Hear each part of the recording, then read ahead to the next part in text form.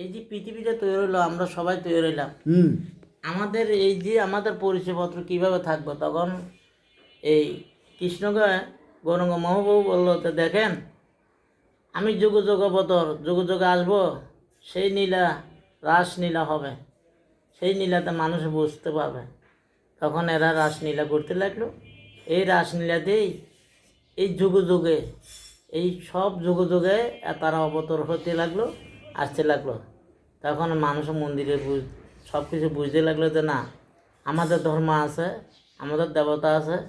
রথের দিনে রথ, এই রাসলীলার সময় রাসলীলা, কীর্তনের সময় কীর্তন, গৌরাঙ্গ মহাপ্রভুর হরির নাম, এগুলি দেশে দেশে তখন এই যারা কৃষ্ণ ভক্ত মানুষ, যারা গৌরাঙ্গ মহাপ্রভুর মানুষ, ওনারা নাম প্রচার করতে লাগলো দেশে দেশে।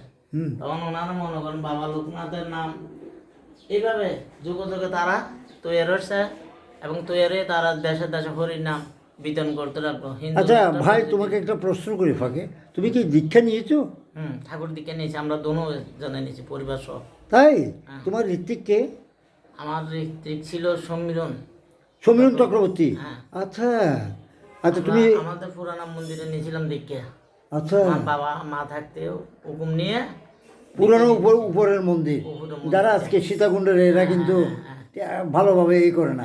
হ্যাঁ, তুমি খুব পুরনো। আমি কিন্তু উপাসনা করি, সকালেও করি, সন্ধ্যেবেলাও করি। তো সন্ধ্যে পারি না, অনেক তুমি সময় ইষ্টবিধি পাঠাও? ইষ্টবিধি করো?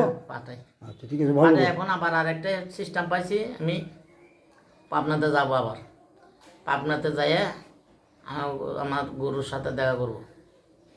আচ্ছা, তো ভাই প্রদীপ যে ঋত্বিক, তুমি জানো না? ছোট ভাই আমার প্রদীপ। হ্যাঁ হ্যাঁ, যোগাযোগ হয়?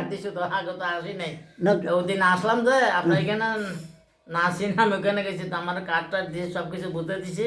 হ্যাঁ, আমি বলছি ঠিক আছে, আমি ওই যে আগে মানুষের কাছে দিতাম, তো এখন আমি ডাকের আমার সিস্টেম করে দিছি যে তুমি ডাকে পাঠাইলে উনি পাবে।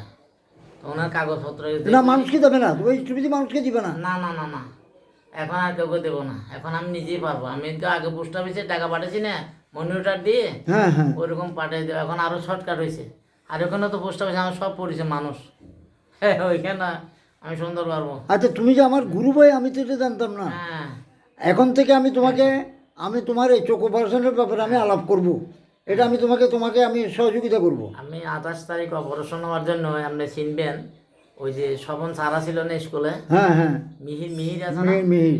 মিহিরে উনি বলছে দেখো তোমার থেকে টাকা নাই, তুমি গাড়ি ভাড়া জোগাড় করো, আমি তোমাকে অপারেশন একটা চোখ করাই দিই, তারপর একটা আবার পরে করাবো।